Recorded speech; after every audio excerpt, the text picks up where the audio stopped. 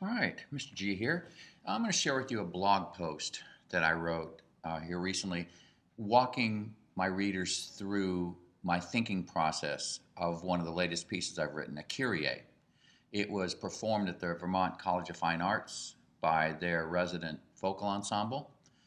So I'm just going to read you through my post and let you listen to the snippets, and hopefully you'll get something out of it. Kyrie, the music. Alone, everyone approaches God alone. There is no group pass, there's no group discounts, none of that. One on one. That's my first thought about the Kyrie. I wanted my opening and closing to represent that. So I start and end with the soprano singing a plaintive note, perhaps a little spooky. Mercy. Here's the opening sequence.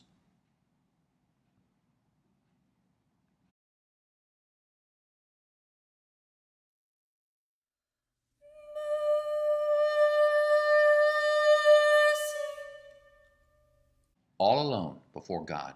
Nothing flippant, no cockiness, a little fear, a lot of uncertainty. For my next moment, I wanted to account for the internal conflict that the penitent is experiencing. The contesting voices, do this, don't do that. I accomplished this by bringing in the alto to clash with the soprano, again crying for mercy.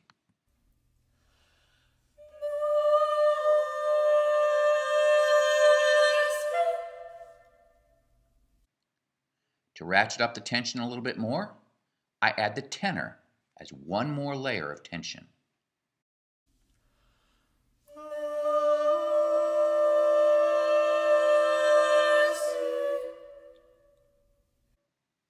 Now, I didn't want to leave the listener's ear on edge too much longer. So in the next phrase, I used a favorite sound of mine, cascading voices. I bring voices in one at a time, and I have them descend into a massive tritone cluster, resolving to a more normal to the ear D minor chord. Yeah, I chose as my note palette, by the way, to roughly use the D Dorian mode. Roughly. It might be safer to say that D was my tone center because I slip in and out of major and minor. As you can see in these two snippets, the cluster of tritones on the left resolves to a D minor chord. To the right, or below, you see a response, again using a cascading effect. Only this time I'm using seconds and ninths, resolving to a G to D major cadence. Then, almost as if the penitent is getting too hopeful, we change the D major to a D minor chord. I can almost see the penitent hanging his head, perhaps a bit afraid that he was too forward in his request. Here's what that sounds like.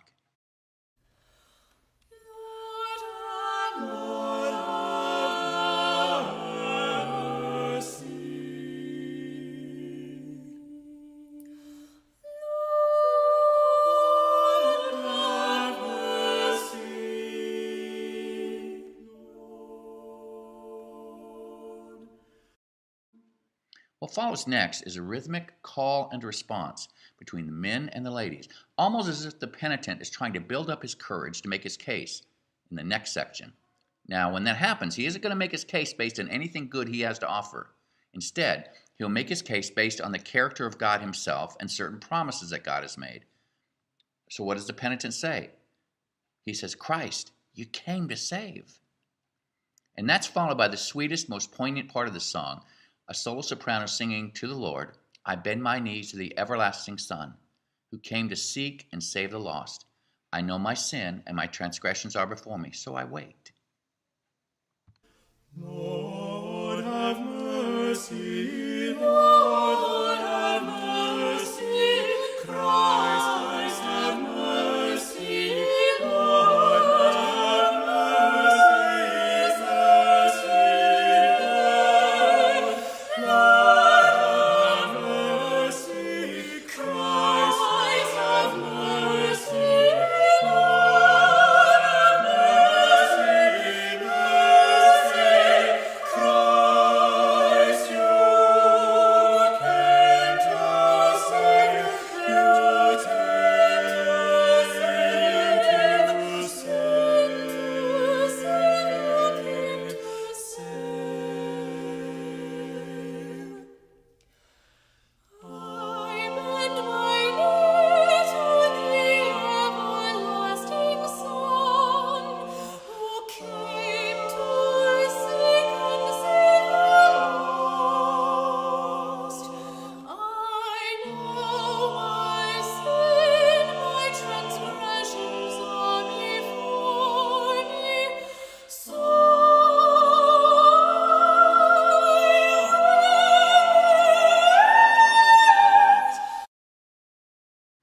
From this point to the end, it's all about waiting, the most difficult part of the process. The penitent has made his case, he has asked for mercy. The final picture is a penitent on his knees, head bowed, waiting for his answer. And, no surprise, the song ends on a lonely note held out by the soprano. The penitent is alone before God, waiting.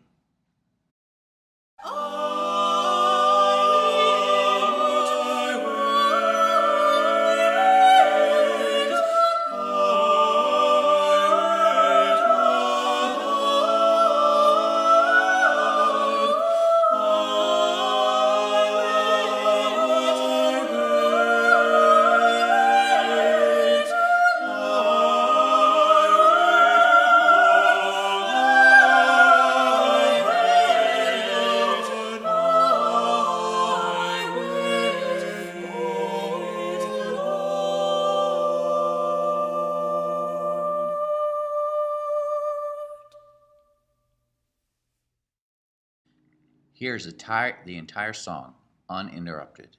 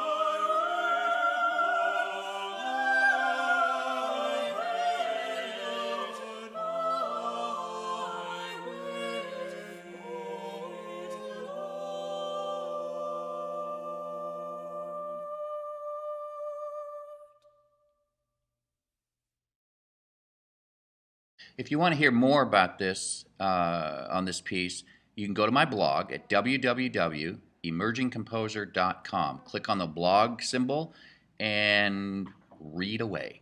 Mr. G out. Bye-bye.